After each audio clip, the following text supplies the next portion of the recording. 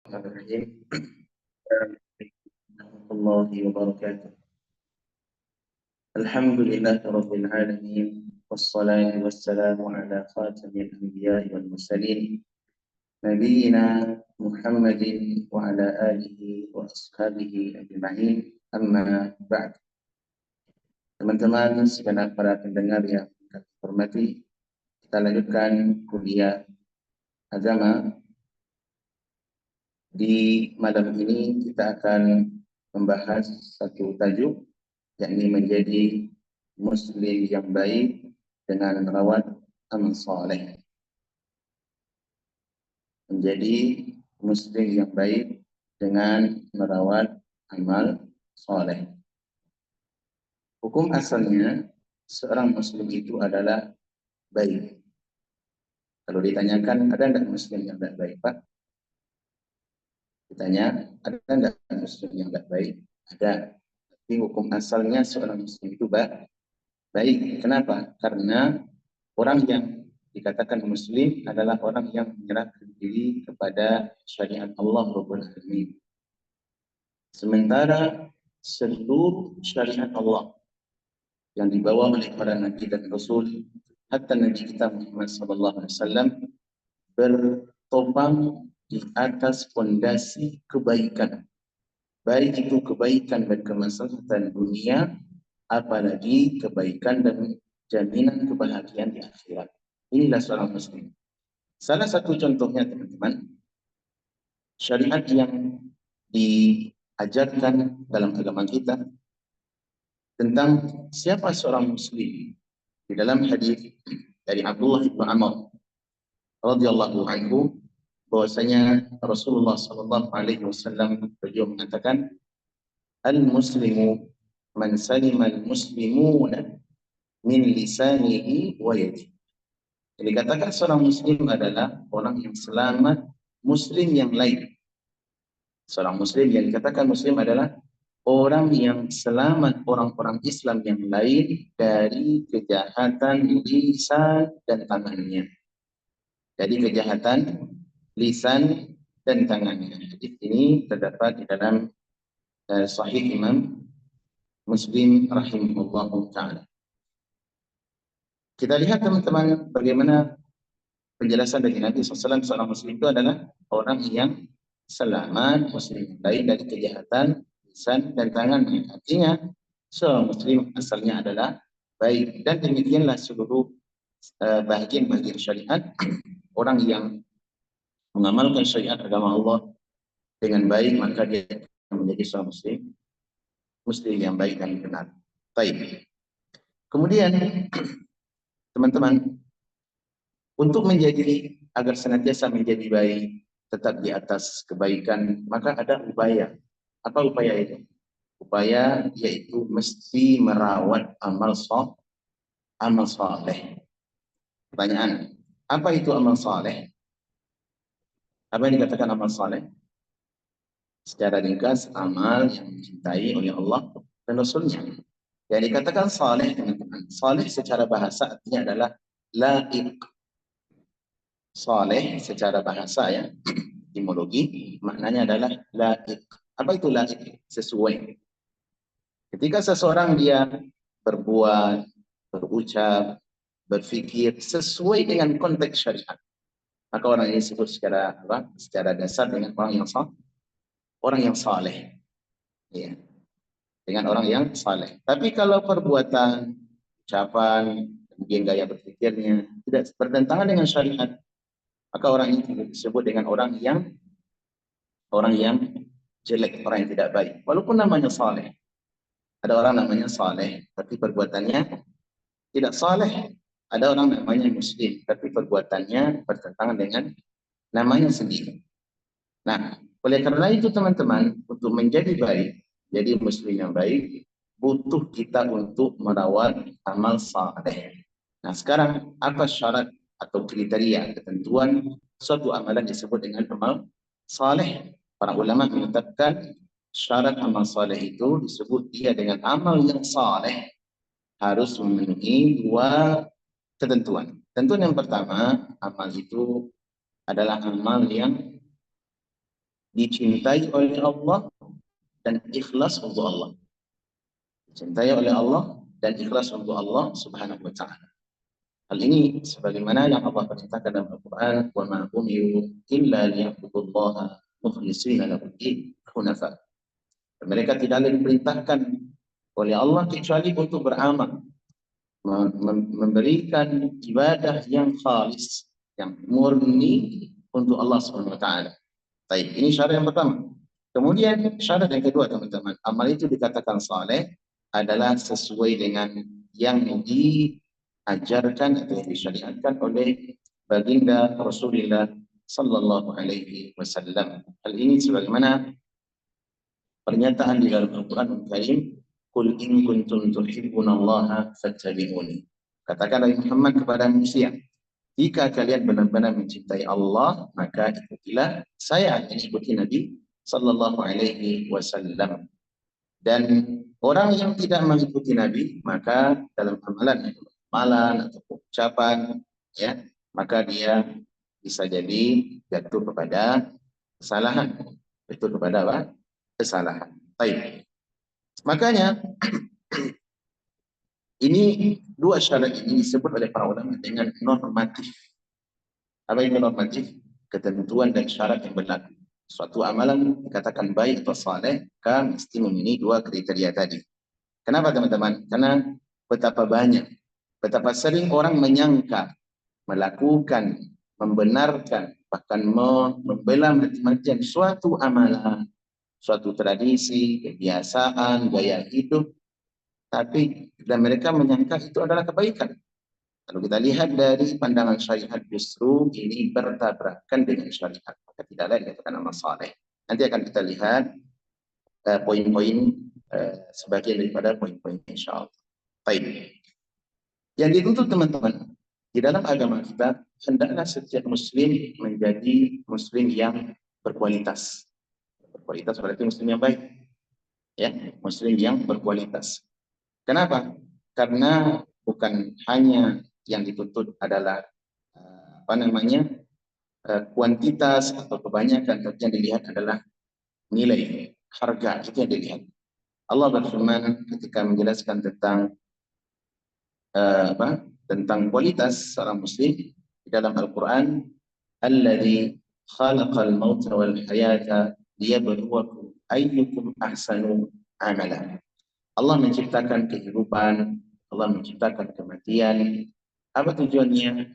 Liyabluwakum, untuk melihat kalian, untuk menguji dan melihat di antara kalian ayyukum ahsanu amala, siapa di antara kalian yang paling elok, yang paling baik amal perbuatannya.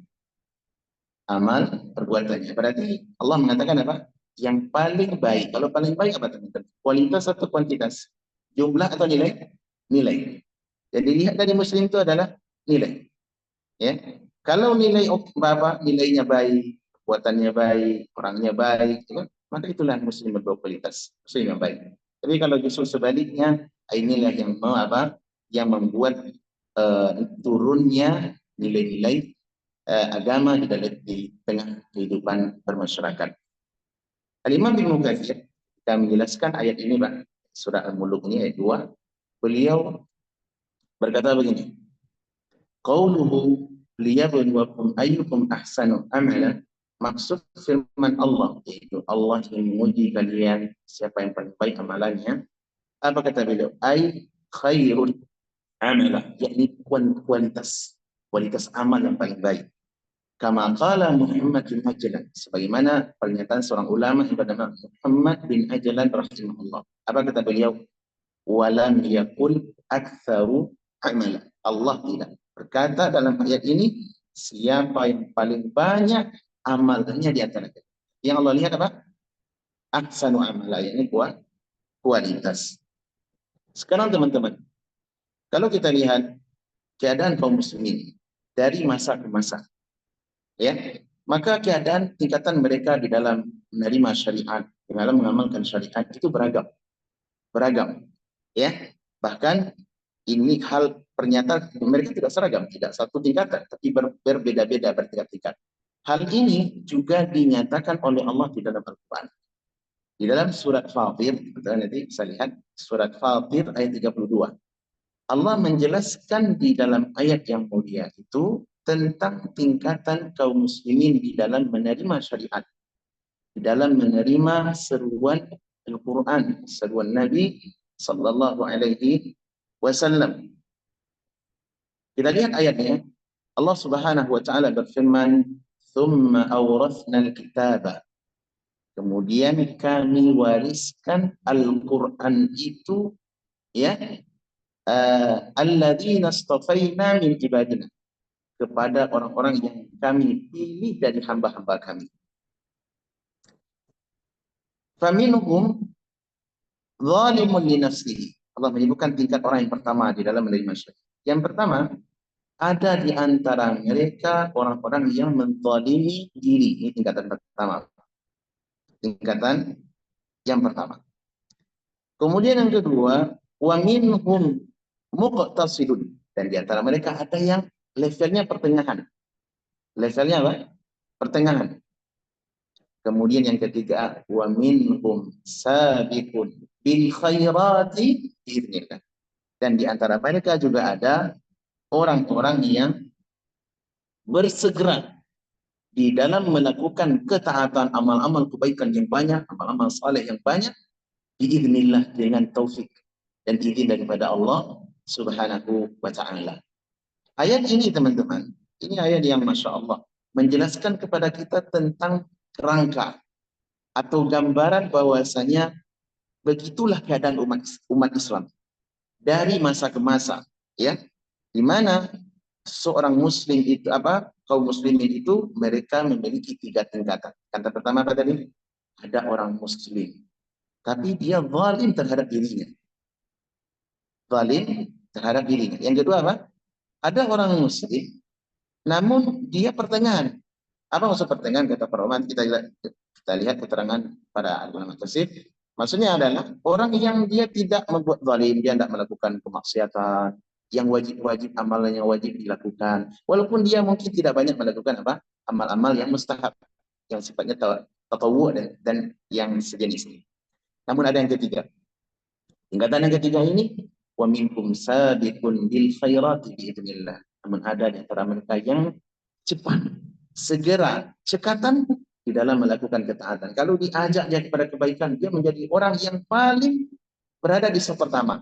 Tapi kalau untuk melakukan hal-hal yang jangan kita bau haram, yang melalaikan saja, yang mungkin mubah, mungkin mereka akan mengatakan mungkin saya tidak bergabung dalam hal ini. Nah, inilah teman-teman ayat yang mendukung tentang tema kita pada malam ini, dan lebih baiknya kita lihat bagaimana maksud daripada ayat yang mulia ini. Kita lihat penuturan Al-Imam Ibnu Katsir. Ya, Al-Imam Ibnu Katsir ketika belum menjelaskan ayat ini, beliau membawakan athar dari sahabat Abdullah Ibnu Abbas radhiyallahu anhu dengan sanad yang sahih. Bukan hanya Ibnu Katsir, jumhur ulama tafsir seperti At-Tabari, Al-Baghawi dan Ma'rifat Tanzil, Al-Qurtubi juga menukilkan athar ini. Siapa yang dimaksud oleh ayat? Ya. Nah, kita simak perkataan sahabat Abdullah Ibnu Abbas radhiyallahu anhu. Beliau berkata, "Hum ummatu Muhammadin." Yang dimaksud oleh ayat ini adalah mereka adalah umat Nabi Muhammad. Ini orang-orang yang diwahyukan atau yang diwariskan Al-Quran kepada mereka setelah binasanya umat-umat terdahulu. Umat-umat para nabi dahulu yang membangkang, binasa, hancur sesuai dengan keadaan dosa dan maksiat mereka. Maka Allah SWT mewariskan kitab terakhir, yakni Al-Quran. Di mana Al-Quran ini menghimpun seluruh informasi umat-umat terdahulu. Sehingga jadilah Al-Quran dan informasi di masa mendatang, sehingga jadilah Al-Quran sebagai muhaiminan, penentu dan penyempurna daripada kitab-kitab terdahulu. Ya. Nah, kitab ini diwariskan kepada siapa? Kepada umat Nabi Muhammad sallallahu alaihi wasallam, yang paling pertama sekali adalah para sahabat.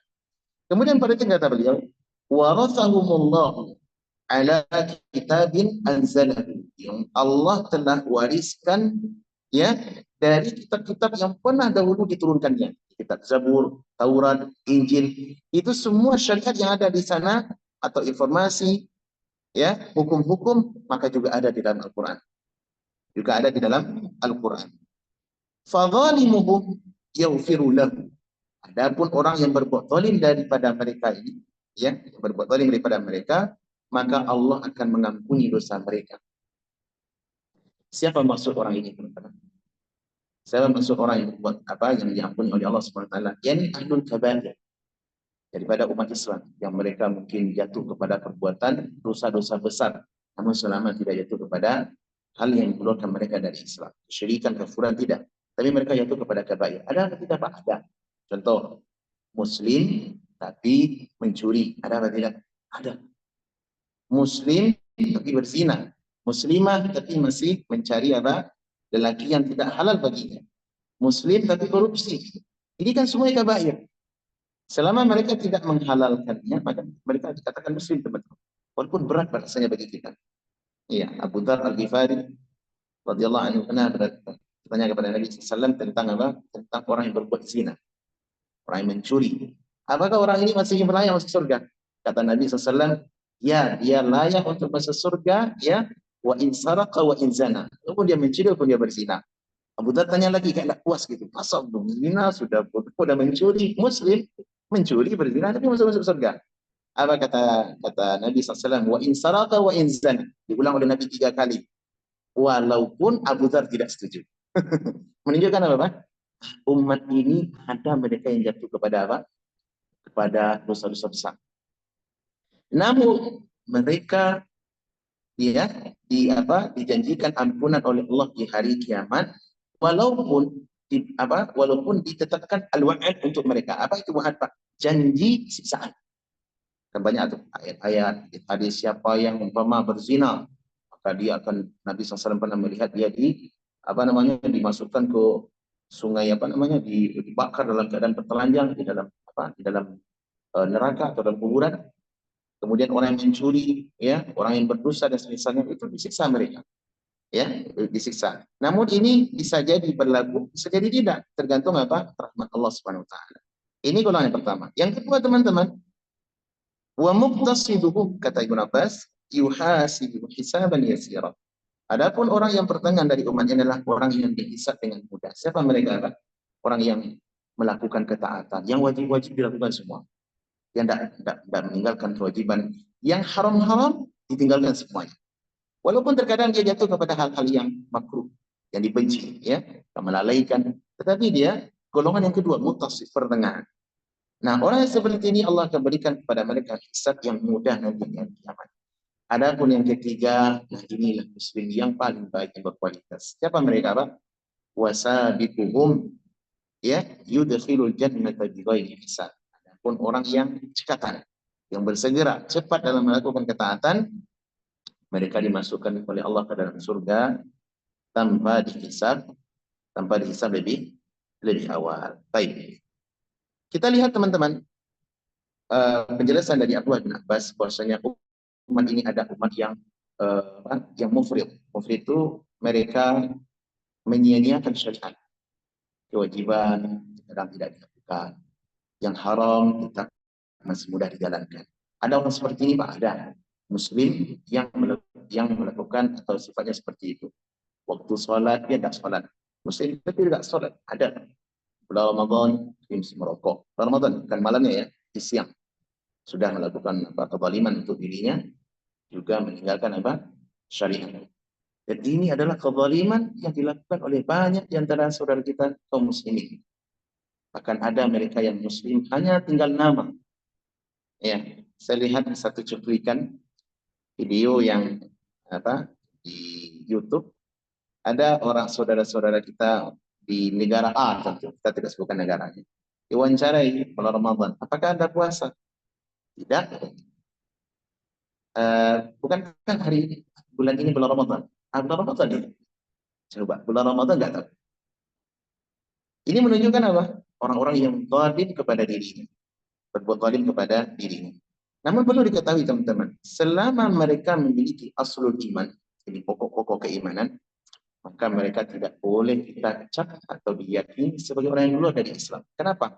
Aslul iman itu ya, inilah yang akan menjamin seseorang untuk tidak kekal dalam neraka. Walaupun harus masuk terlebih dahulu. Nabi SAW pernah mengatakan dalam hadis Tabrani namanya syafa'ati yaumil qiyamah li ahli al-kaba'ir min ummati. Salah satu syafaatku, manfaat syafaatku di hari kiamat adalah untuk orang-orang yang jatuh kepada kabair, dosa-dosa besar dari umatku. Berarti apa? Nabi SAW menjamin orang yang memiliki aslul iman, tidak selama dia tidak murtad dan tidak keluar dari Islam dan tidak melakukan hal yang membuat mereka membatalkan keislaman mereka. Orang seperti ini teman-teman, walaupun jatuh kepada dosa besar, di hari kiamat dia berpotensi untuk mendapatkan syafaat Nabi dan tidak ada mereka tidak kekal di dalam neraka. Yang kekal itu siapa? Orang yang tidak memiliki asal iman. Aslul iman, pokok keimanan mereka tidak memiliki. Siapa itu? Selain Muslim. Maka orang seperti ini kekal di dalam neraka dan mustahil mereka akan mencium aroma surga. Nah, yang kedua teman-teman, kedua nih, itu orang-orang yang tingkatannya dia berupaya untuk memiliki asal iman, tapi juga melakukan berupaya semaksimal mungkin melakukan apa? Kamalul iman al-wajibat, yang membuat imannya menjadi sempurna dari sisi kewajiban-kewajiban. Salat lima waktu dijaga, puasa di bulan Ramadan dilakukan. Kemudian kalau dia mampu melakukan ibadah haji, ibadah haji. Zakat kalau umpama dia layak mengeluarkan, mengeluarkan zakatnya. Ya, yang haram-haram tidak sentuh. Tidak mau mabuk, tidak mau berzina, tidak menyentuh hal-hal yang diharamkan oleh Allah Subhanahu Wa Taala. Nah, orang seperti ini teman-teman adalah orang yang mutasib dalam agama kita. Allah mengatakan apa? Pertengahan. Orang-orang yang apa? Pertengahan. Di mana ketika dia memiliki aslul iman, kemudian yang kedua dia melakukan hal-hal yang menyempurnakan kewajiban, orang seperti ini maka insya Allah dia tidak akan masuk ke dalam neraka dan segera masuk surga tanpa dihisab. Segera masuk surga tanpa dihisab. Jadi kewajiban yang dilakukan dan menghindari yang haram teman-teman itu menjadi jaminan atas seseorang untuk tidak dimasukkan ke dalam neraka, segera masuk ke dalam surga. Nah, yang ketiga teman-teman, yaitu orang yang memiliki asal iman pertama tadi. Kemudian yang kedua dia lakukan kewajiban, dilakukan ketaatan dan dicari atau dilakukan tambahan-tambahan. Nah, orang seperti ini teman-teman termasuk orang yang disebut dengan orang yang sabiqun bil khairat, bersegera di dalam melakukan apa? Melakukan ketaatan. Melakukan ketaatan. Nah, ketika pada poin yang ketiga ini teman-teman, inilah yang kita harapkan mudah-mudahan kita masuk di antara mereka. Setelah kita tunaikan kewajiban yang Allah perintahkan kepada kita, hal-hal yang diharamkan, yang lebih penting adalah tentu kabair, dosa besar, ini kita usahakan untuk jauh sama sekali. Kalaupun jatuh kepada dosa-dosa kecil, mungkin dapat, mungkin sekali, tidak ada yang selamat dari dosa kecil. Allah berfirman dalam surah An-Najm, "Walladzina yajtanibuna kaba'iral its wal fawahish illa lamam." Dan orang-orang yang berupaya menjauhi al-kabair dan fawahish. Apa itu kabair? Dosa-dosa besar. Masalah kabair teman-teman tentu sudah belajar dan sudah paham, dosa-dosa besar ya, baik yang disebutkan dalam hadis secara rinci ataupun yang disusun oleh para ulama. Nabi SAW menyebutkan tentang kabair 7 dalam hadis Sahih Bukhari. Ijtanibu al-kabair, jauhilah 7 perkara yang dosa-dosa besar. Disebutkan adalah syirik kepada Allah, kemudian berdurhaka kepada orang tua, melari dari peperangan, berbuat zina dan semisalnya. Nah, para ulama berupaya untuk mengumpulkan tentang dosa-dosa besar. Di antaranya Imam Az-Zahabi, Syamsuddin Az-Zahabi rahimahullah, beliau menyusun buku judulnya Al-Kabair.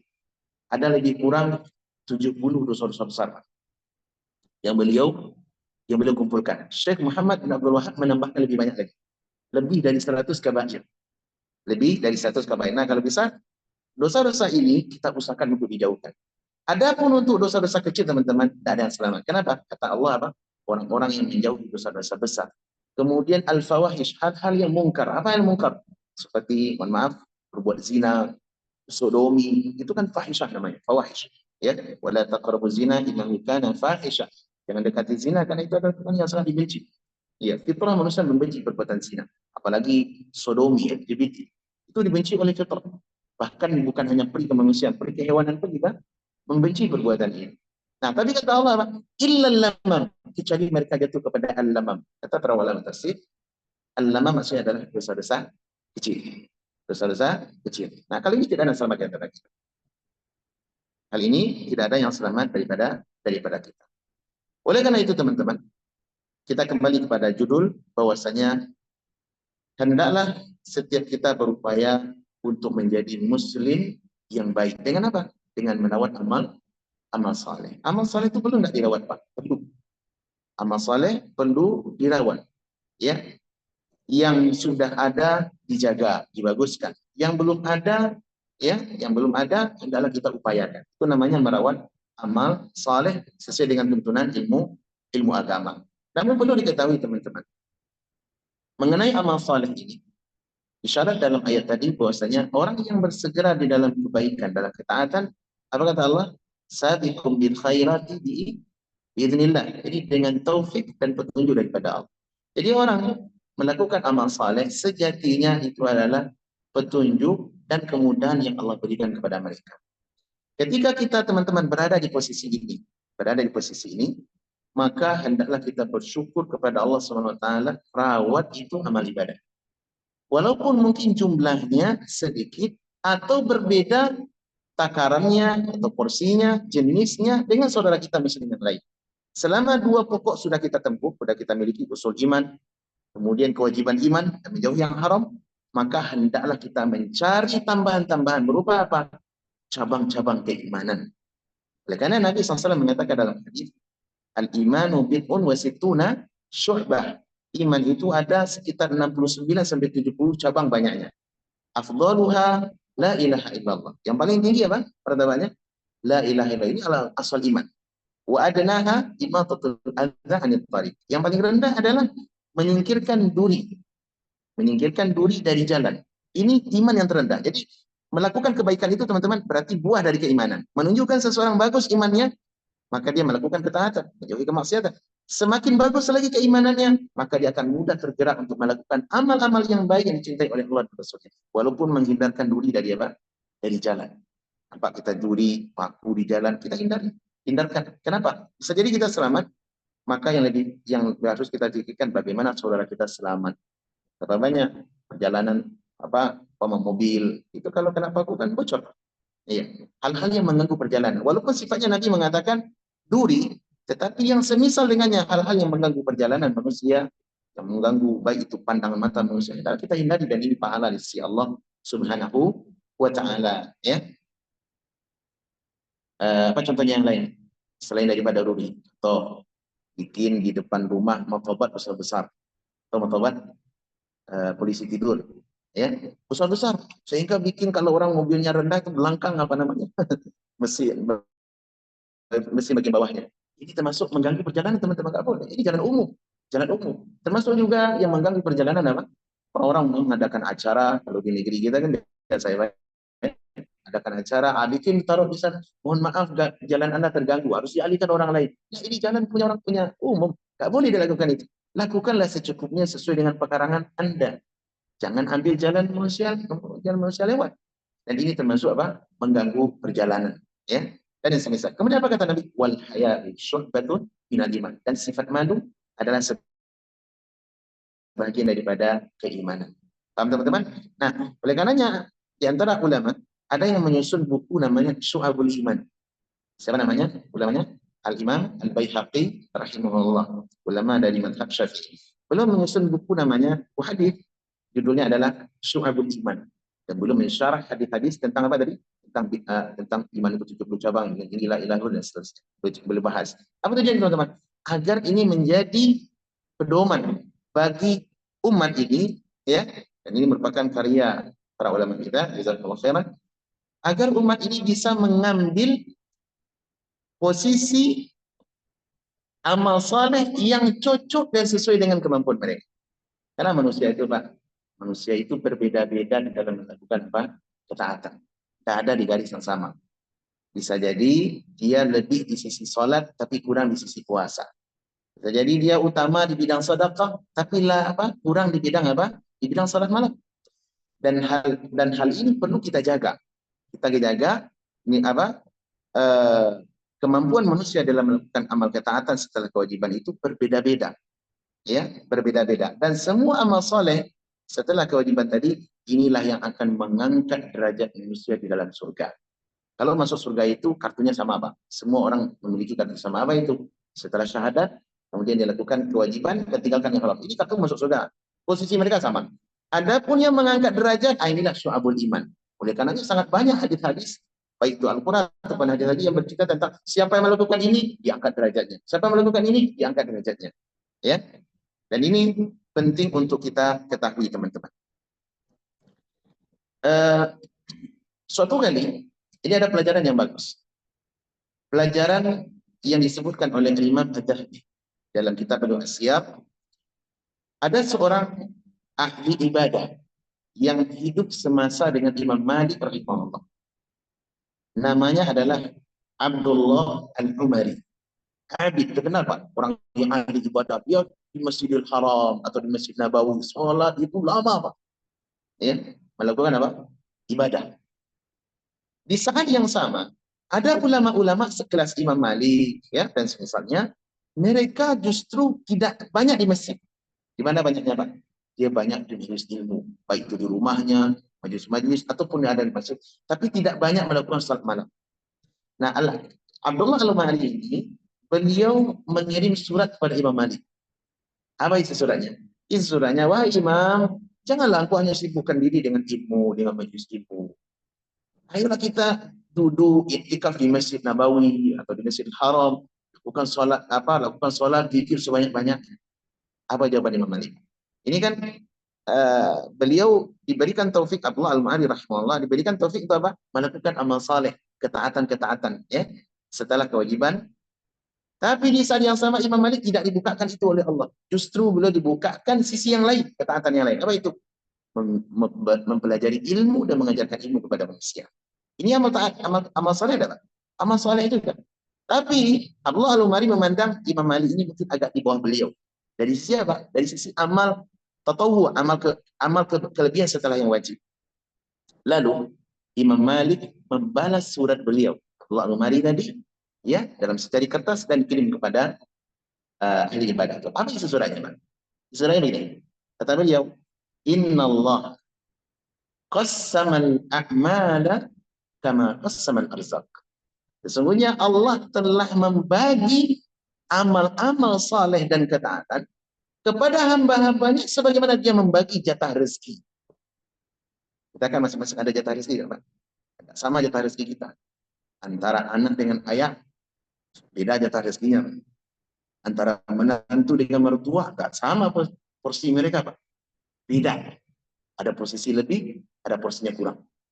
Ini biasa. Demikian pula amalan, amal saleh dan ketaatan. Ya. Farubba rajulin futiha lahu fis shalah wa lam yuftah lahu fis shaum.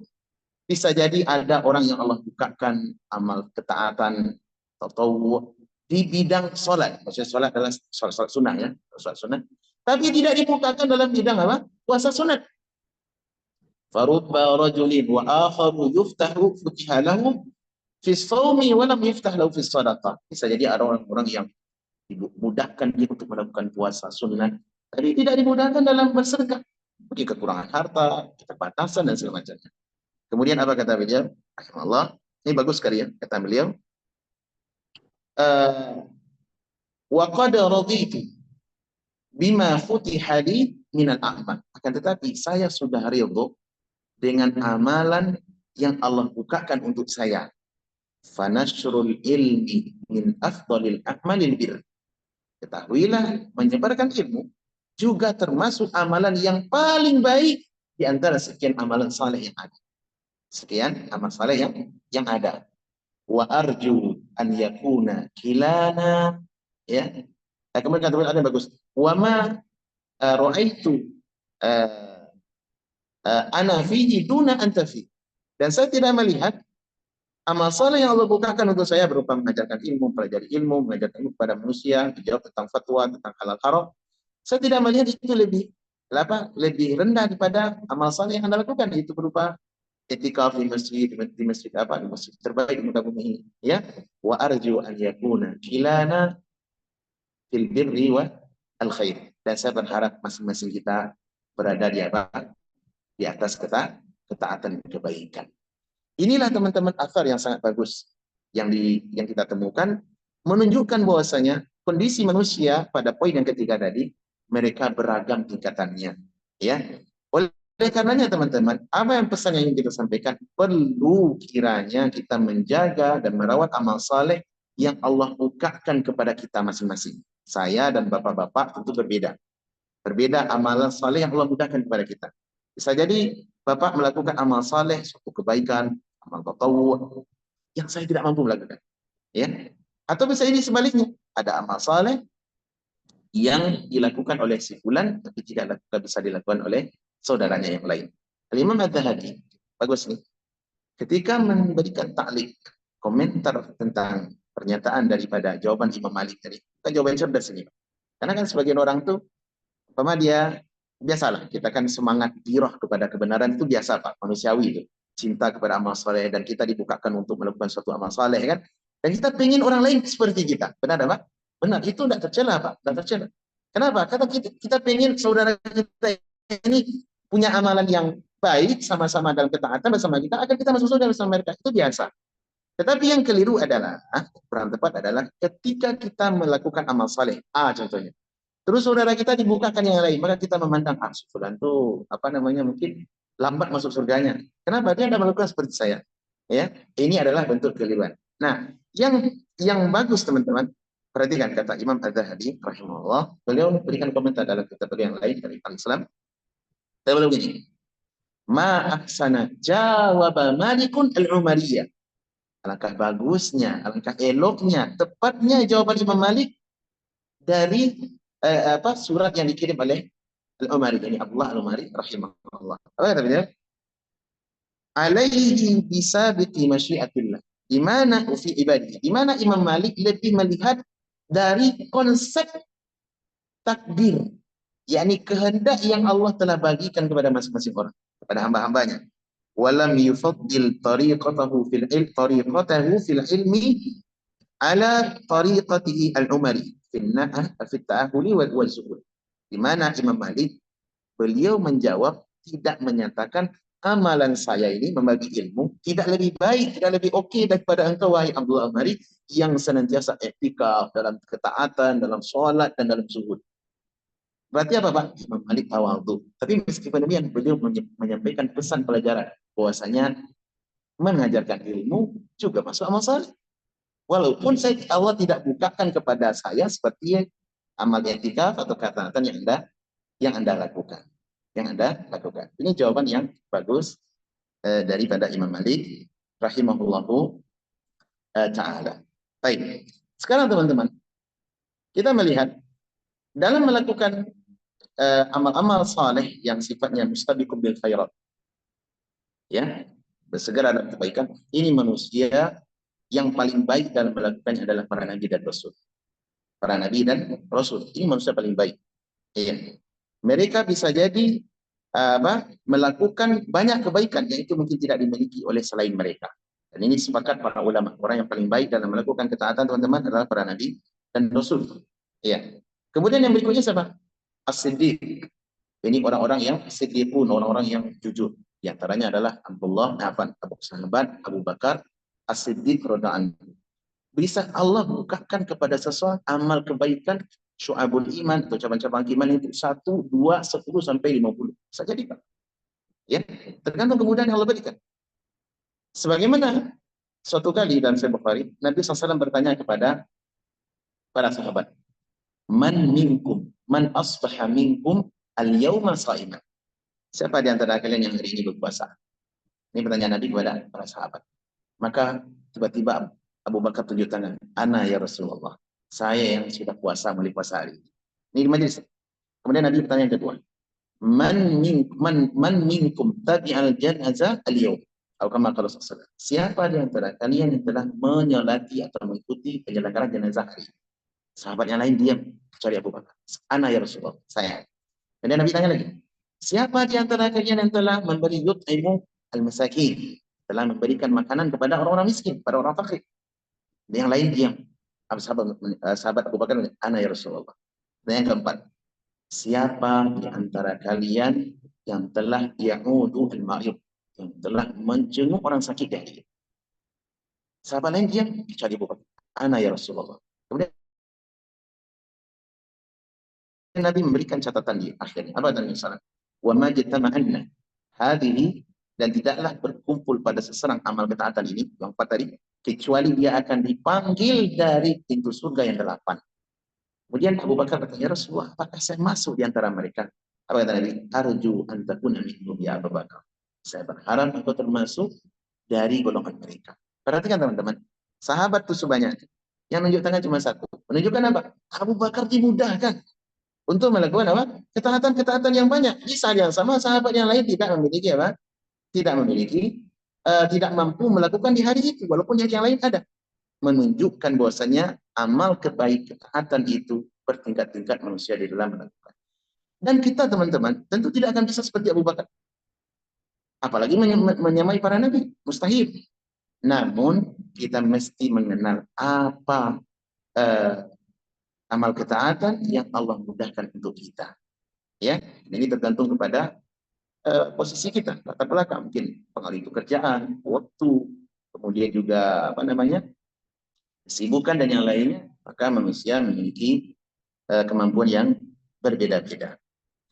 Dan teman-teman, amal ketaatan ini ya hendaklah kita jaga, dirawat. Bisa jadi ada orang yang dibukakan suatu ketaatan dan dia rawat, mumpuni, profesional di bidang itu sampai dia mati. Sampai dia mati. Walaupun satu amalan. Kalau tidak bisa kita banyak baca kayak Nabi. Semakin banyak syu'abul iman atau apa? Cabang-cabang keimanan yang kita kumpulkan, yang kita lakukan, maka semakin tinggi derajat kita di surga. Ya, itu kaidah tuh, Pak. Nah, bisa jadi ada syu'abul iman atau amal-amal ketaatan yang kita lakukan itu tidak banyak, satu atau dua, tapi hendaklah kita rawat. Jadikan kita menonjol di sana, istiqomah sampai kita mati. Hal inilah yang dilakukan oleh para sahabat, yang dicontohkan oleh para sahabat. Yang dicontohkan oleh para sahabat dan para salaf pendahulu kita. Dahulu teman-teman, di antara sahabat yang mungkin menonjol di satu amal ketaatan, tapi kurang di yang lain. Seperti sahabat yang mulia Khalid bin Walid radhiyallahu anhu. Khalid teman-teman, beliau sahabat yang dicatat dalam sejarah, dipuji oleh oleh Allah dan Rasulnya. Tentang apa? Amal tentang pribadinya yang menonjol. Dari sisi apa? Setelah iman, setelah kewajiban, meninggalkan ihram, dipuji dari amal jihad. Dari sisi amal jihad. Walaupun yang lain beliau kurang. Walaupun yang lain beliau kurang. Tapi kalau udah di jihad, Pak, Khalid nomor satu. Sampai-sampai saking pakarnya Khalid dalam melakukan ekspansi jihad, strategi jihad, ada orang yang mengatakan, banyak orang yang terfitnah dengan beliau. Ketika Khalid bin Walid sudah menjadi panglima tertinggi dalam peperangan, maka orang-orang berbondong-bondong untuk ikut di bawah di barisan Khalid bin Walid. Sampai ada mengatakan Khalidun wa Sani'. Khalid itu adalah Sani' yang membuat menangnya peperangan. Maka Umar ketika mendengar itu, beliau copot Khalid. Ini ada sejarah pencopotan Khalid ya. Kenapa dicopot Khalid? Karena Umar melihat ini berbahaya dari sisi tauhid umat. Seakan-akan Khalid yang membuat kemenangan.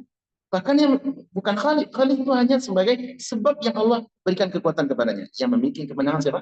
Allah Subhanahu wa taala. Akhirnya Khalid dicopot. Dan Umar bikin surat ke berbagai negeri, "Inni lam a'zil Khalidan ya khiyanatan lahu." Aku tidak mencopot Khalid karena sebab khianat kepadanya atau benci kepadanya, tidak.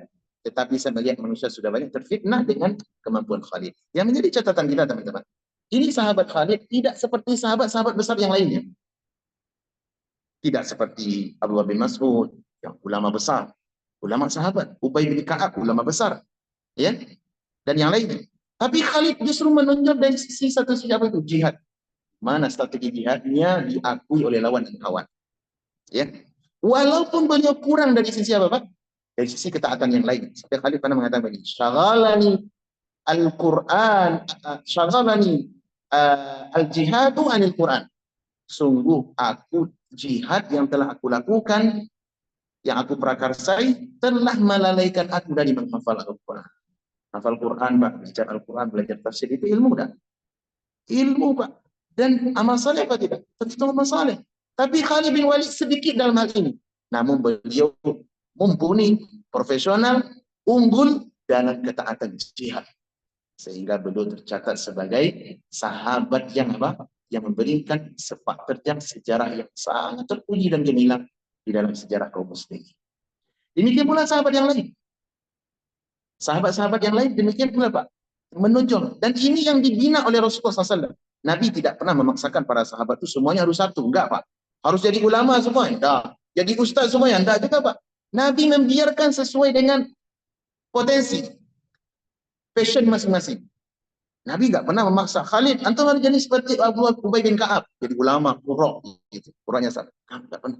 Nabi membiarkan biar tumbuh dengan masing-masing. Sehingga apa yang diinginkan oleh Nabi SAW? Terciptalah takamul, saling menyempurnakan satu yang lain di dalam kaum muslimin. Jadi tidak harus jadi ustaz seperti Abdullah bin Abbas, tidak. Yang sahabat menjadi fuqaha atau ulama, sahabat sedikit cuma. Yang hafal Quran dari para sahabat, semua sahabat hafal Quran? Tidak. Tidak. Kalau kita belajar Quran, ya, kita akan menemukan nanti bahwasanya sahabat-sahabat yang mumpuni di dalam Al-Quran hanya beberapa orang saja. Ya. Di Madinah, yang mumpuni dalam ilmu Al-Quran siapa? Siapa di Madinah? Abdullah bin Abbas. Di Madinah, Ubay bin Ka'ab. Beliau memiliki madrasah Al-Quran. Di Makkah siapa, Pak? Ulama sahabat yang mengajarkan Al-Quran. Al-Quran itu bukan hafalan saja ya, tafsir, akidah, dan semisalnya. Siapa di Makkah? Abdullah bin Abbas. Di Irak, di Kufah. Irak sekarang dulu Kufah namanya. Di Kufah siapa? Abdullah bin Mas'ud. Abdullah bin Mas'ud itu ulama, makanya Al-Imam Abu Hanifah nanti banyak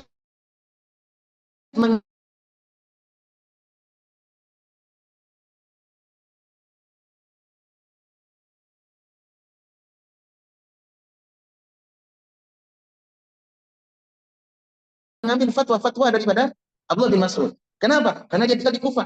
Demikian pula kita lihat teman-teman di masa tabi'in. Ada tabi'in yang dia tidak pernah bertemu dengan Nabi. Dan tidak pernah menuntut ilmu hadir di majelis Nabi SAW. Tapi justru Nabi memujinya. Dapat kabar dari langit tentang tabi'in ini. Siapa namanya? Siapa? Iya, siapa? Benar. Yakni Uwais Al-Qarni. Uwais Al-Qarni ini teman-teman, beliau hidup semasa dengan Nabi SAW. Di mana? Yaman. Beliau Al-Yamani, orang Yaman. Sebagaimana Abu Hurairah Ad-Dawsi Al-Yamani. Namun demikian, bersama dengan Nabi, beliau tidak pernah temu dengan Nabi. Pernah berangkat untuk menemui Nabi SAW, tapi beliau terhalang dengan sebab apa? Kondisi ibunya yang sudah lemah, sudah tua. Sehingga dia harus merawat ibunya. Dan ini amal ketaatan apa tidak? Amal ketaatan, teman-teman. Beliau, Uwais Al-Qarni rahimahullah, kumpul di sini. Meskipun tidak pernah bertemu dengan Nabi, namun nama beliau disebut oleh Nabi karena perintah dari Nabi. Sehingga beliau tidak disebut dengan sahabat, walaupun hidup di masa Nabi. Kenapa? Karena yang namanya sahabat itu syaratnya harus bertemu dengan Nabi, beriman di atas keimanan. Adapun Uwais Al-Qarni rahimahullah, beliau tidak disebut dengan sahabat, disebut dengan apa? Al-Mukhadram namanya. Apa itu Mukhadram? Orang yang hidup semasa dengan Nabi, beriman dengan syariat Nabi, tapi tidak pernah ketemu Nabi. Semisal Raja Habasyah itu sebenarnya Najasyi rahimahullah. Itu termasuk Al-Mukhadram. Beriman dengan syariat Nabi, wafat di atas keislaman, tapi tidak pernah bertemu dengan Nabi sallallahu alaihi wasallam. Yang menjadi bahasan kita, teman-teman, menjadi poin bahasan kita adalah bahwasanya tabi'in Uwais Al-Qarni rahimahullah, beliau berupaya untuk menjaga amal saleh walaupun tidak banyak, satu, namun unggul di sana. Apa itu? Birrul walidain. Berbakti, berbuat baik semaksimalnya kepada ibunda. Walaupun dia harus mengorbankan tidak hadir di majelis Nabi sallallahu alaihi wasallam. Demikian pula ada dulu seorang orang mungkin yang dibukakan oleh Allah Subhanahu wa taala amal ketaatan dalam bidang sedekah. Tapi mungkin dia kurang dari sisi yang lain. Seperti kisah seorang cucu Nabi sallallahu alaihi wasallam yang bernama Ali Ibnul Husain bin Ali bin Abi Thalib. Cucu Nabi dari garis keturunan Fatimah, istri Ali bin Abi Thalib radhiyallahu anhu. Siapa namanya? Ali bin Husain. Al-Husain yang terbunuh di Karbala. dibunuh oleh orang Syiah Rafidhah. Setelah itu mereka menjadikan syariat pembunuhan Husain dengan kesedihan yang berlebihan, kemudian memukul-mukul badan sampai hari ini. Al-Husain ini dia memiliki banyak istri. Dan itu terkenal Pak. Husain dia memiliki wajah yang tampan, apalagi keturunan Nabi, dia kan anak Nabi SAW. Di mana-mana dia tinggal punya istri. Ya sama, Hasan dan Husain sama. Tapi menikah, bukan seperti sebagian orang yang melakukan di mana ada di sana tinggal tanggal keburukan, tidak, dia menikah. Dan orang tentu mau menikah dia. Keturunan Nabi, anak Nabi SAW ini dijamin oleh Nabi sebagai pimpinan pemuda ahlul jannah, penduduk surga. Di antara istri Husain ada seorang budak yang melahirkan nanti seorang abid ahli ibadah. Siapa namanya? Ali bin Husain bin Abi Thalib, yang dikenal belakangan dengan siapa? Zainul Abidin, atau disebut juga dengan, kalau di Indonesia namanya Zainal Abidin. Kalau bahasa Arabnya Zainul Abidin. Apa artinya Zainul Abidin? Orang yang bagus dalam beribadah. Itu maksud Zainal Abidin. Jadi kalau kasih nama anak Zainal Abidin boleh tak? Boleh. Karena itu bagi dari doa. Anak yang bagus dalam melakukan ibadah. Baik. Apa ibadah yang menonjol dari teladan dari Zainal Abidin rahimahullah, Ali bin Husain bin Abi Thalib, ya? Yang menonjol adalah dia terkenal dengan orang yang bersedekah, disebutkan di At-Tahawi dalam Syiar Syarah Amin Mubarak, orang yang sangat menjaga ibadah sedekah dalam keadaan sembunyi-sembunyi. Allah. Bagaimana dia, Pak? Dia sedekah di kota Madinah. Tidak ada rumah-rumah orang-orang fakir dan miskin, kecuali pagi hari sudah ada gandum atau jenis makanan yang ditemukan oleh pemilik rumah itu di kota Madinah. Ini dilakukan Pak setiap hari, hampir setiap hari. Orang-orang pada tak tahu siapa yang melakukan ini. Karena ini sudah ada di depan itu, ya sudah diterima saja, ya kan? Orang tidak pengen cari tahu, nggak tahu. Kenapa? Karena Zainal Abidin rahimahullah meletakkannya di malam hari. Ketika orang bergelap itu, inilah orang yang benar-benar ikhlas. Benar ikhlas. Mana Allah memuji orang seperti ini, innama nut'imukum liwajhillah. Sesungguhnya kami memberi makan kepada kalian murni mencari wajah Allah. La nuridu minkum jazaan wala syukur. Kami tidak mengharap dari kalian ucapan balasan, dan tidak pula menunggu ucapan terima kasih. Orang-orang mulia. Saking dia menjaga amalan saleh ini, Pak, walaupun itu satu ya, tentu banyak amalan-amalan lain, tapi ini yang menonjol. Walaupun satu yang paling menonjol, saking dia menjaga rahasia amal sedekah secara sembunyi-sembunyi, dan ada orang yang tahu dengan siapa lelaki misterius yang suka bersedekah sembunyi-sembunyi ini, kecuali setelah dia mati. Setelah dia wafat, rahimahullah, baru tahu ketika dia dimandikan, akan terlihat bekas bekas tali di punggungnya karena memikul sendiri. Coba, dia beli sendiri barang, kemudian dipikul sendiri, diantarkan ke rumah para janda, para orang miskin, orang fakir pada Allah. Ya. Bekas ini yang menjadi tahu, ternyata pun tidak ada lagi setelah Ali bin Husain Zainal Abidin meninggal dunia, tidak ada lagi di rumah-rumah para janda orang miskin tadi menemukan karung-karung gandum yang berisi dengan makanan. Tidak ada lagi. Barulah sadar orang-orang bahwasanya inilah orang yang selama ini misterius, tidak dikenal dalam melakukan ketaatan. Sampai ada ahlul bait, itu keluarga dari masih keturunan Nabi, keluarga Nabi, yang menyangka Zainal Abidin ini adalah orang yang baik, pelit. Kenapa pelit, Pak? Tidak ada terlihat sedekah. Tidak ada terlihat sedekah. Namun persangkaan itu dibersihkan dengan wafatnya cucu Nabi SAW, Zainal Abidin rahimahullahu ta'ala. Ala kulli hal, teman-teman, ini salah satu contoh saja. Contoh ya, dari sekian banyak praktek amal-amal ketaatan yang bisa mengangkat derajat manusia di sisi Allah, terutama dalam surga. Ya, dan amalan-amalan ini sangat banyak. Hendaklah kita masing-masing menjaga sesuai dengan capability, potensi, passion yang Allah berikan kepada kita masing-masing. Rawat tuh, kemudian hendaklah kita baguskan potensi kita di sana. Ya. Apa tujuannya, Pak? Agar kita bisa istiqomah di atas itu. Yang kedua, kita tidak perlu merasa rendah dengan amal ketaatan yang kita lakukan, walaupun kita tidak bisa seperti sebulan saudara kita. Yang dan ketiga, kita tidak perlu sombong dengan ketaatan yang Allah berikan kepada kita. Kenapa, Pak? Karena hal ini adalah potensi yang Allah berikan kepada saya. Saya rawat, saya jaga tanpa harus melihat saudara kita yang lain. Sehingga apa, teman-teman? Sehingga tambahan-tambahan amalan itu akan mengangkat derajat kita di dunia ataupun di mana? Di akhirat. Baik. Teman-teman yang terhormat, amalan kebaikan dan ketaatan ini ya dilakukan oleh seorang muslim untuk mengangkat derajat di surga Allah Subhanahu wa taala. Cabang-cabangnya sangat beragam. Variasinya pun juga berbeda. Bahkan saya berharap nanti insya Allah kalau masih pada umur yang panjang, kita nanti akan bahas tentang amalan-amalan yang mengangkat derajat seorang muslim dalam surga. Dan itu sangat banyak. Amalan ini kalau kita lakukan, apa faedahnya? Derajat di dalam surga. Dan satu derajat dengan derajat yang lain tidak sama. Dalam hadis, dalam asal dikatakan, satu derajat di surga dengan derajat di bawahnya, itu seperti perjalanan 500 tahun unta tercepat. Berarti apa, Pak? Tingkatannya berbeda. Walaupun dia memiliki masuk surga yang sama, tapi nanti kelasnya berbeda-beda. Sama kayak kita masuk pesawat, Pak. Kita masuk pesawat punya tiket yang sama. Tiket, Qatar Airways, gitu. Tapi nanti kursi beda-beda. Ada yang ekonomi, ada yang bisnis, VIP, ada yang mungkin yang di atas itu. Ya. Tiket sama, tapi mereka posisi duduk membedakan di dalam pesawat. Apa sebabnya, Pak? Apa sebabnya? Upaya di luar. Dan inilah yang mesti kita tunaikan juga untuk hak derajat kita di dalam surga kelak.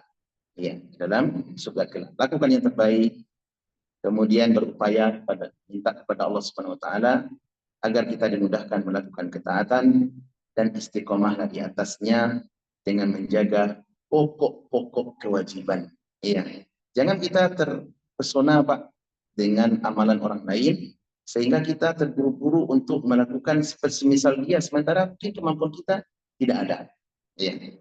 Ada nggak mungkin, Pak? Contoh, ada orang yang dia diberikan kemampuan dalam ketaatan dalam menuntut ilmu. Menuntut ilmu bagus, pemahamannya cepat, hafalannya kuat, gitu kan? Itu kan ada tuh.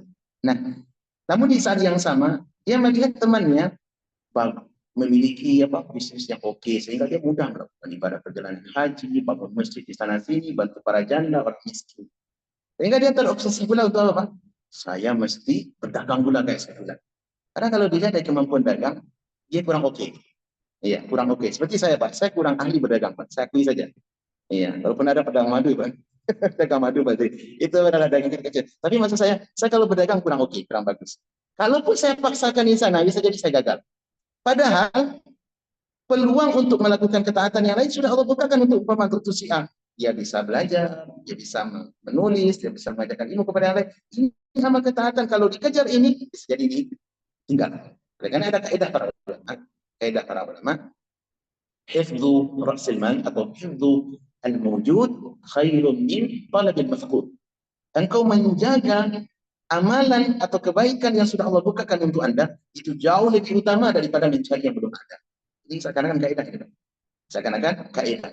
Karena tidak semua orang yang dibukakan oleh Allah 2, 5, 10 sebagaimana para pendahulu kita. Memang ada, kita tidak menafikan ada orang-orang yang bahkan ketaatan di sini, di situ juga mumpuni dia. Benar ada? Ada tuh. Seperti siapa? Abdullah bin Mubarak. Abdullah bin Mubarak, teman-teman, ulama di masa beliau ulama besar. Tapi di saat sama beliau juga orang yang kaya raya. Sampai-sampai beliau sering mensuplai dana Imam Malik rahimahullah. Imam Malik mengajarkan ilmu di Masjid Nabawi. Itu sering disuplai dananya dari mana, Pak? Dari Abdullah bin Mubarak. Termasuk juga Imam Laits bin Sa'ad dari Mesir. Imam Laits bin Sa'ad, ulama besar sekaligus dia orang yang kaya raya. Dia sering mengirimkan kismis, madu, kemudian keju, bahkan uang, pakaian dikirimkan kepada Imam Malik rahimahullah. Karena mereka para ulama di masa itu sangat banyak, ilmu itu tersebar dan mereka saling mencintai satu dengan yang lain. Jadi kalau ada ulama ini disupport dengan dana. Sekarang Imam Malik belajar yang baik, ngajar kepada umat, ajarkan umat. Dan ini kan keutamaan ini Pak, dibukakan dari sisi harta dunia, sehingga dia mudah melakukan ketaatan-ketaatan, namun di saat yang sama dia juga ulama besar, dengan ilmu agama. Yang terakhir teman-teman, pesan saya adalah, hendaklah kita membaguskan potensi yang ada. Tidak harus semuanya serupa dan seragam. Kenapa? Karena Islam yang dikehendaki oleh Allah dan Rasulnya adalah Islam yang takamun, satu dengan yang lain, profesional di bidangnya, ya, sehingga kita menjadikan Islam ini kokoh, bagus, indah menjulang ke permukaan dengan sebab adanya kerjasama yang baik, meninggalkan segala bentuk hal-hal yang dilarang oleh agama, kemudian kita bersama-sama mengajar atau mengamalkan syariat yang mulia ini. Wallahu taala alam, ini kiranya yang bisa kita sampaikan untuk kuliah malam ini. Kalau ada tambahan kami persilahkan. Wallahu a'lam bishawab. Baik, silakan Pak. Barangkali ada tambahan. Silakan Pak. Nah.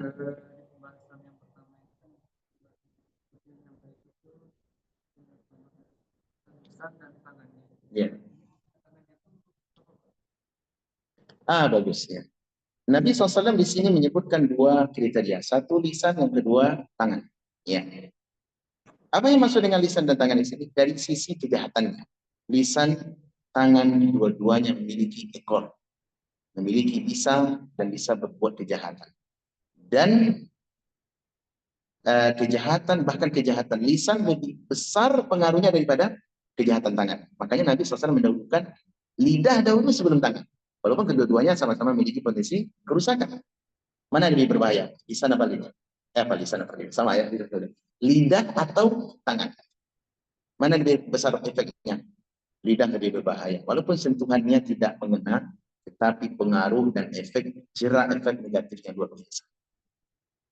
Orang bisa Seminang baca kak sekampung dia bisa perang satu negeri itu hanya karena lisan. Baik itu lisan yang diucapkan secara langsung, ya secara oral ataupun dalam bentuk tulisan.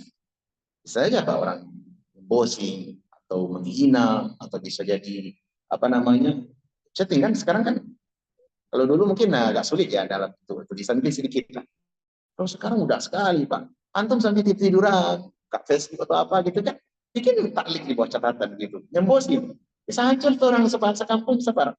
Rumah tangga bisa rusak, perusahaan bisa hancur, negeri bisa perang satu dengan yang lain hanya dengan buah daripada lisan.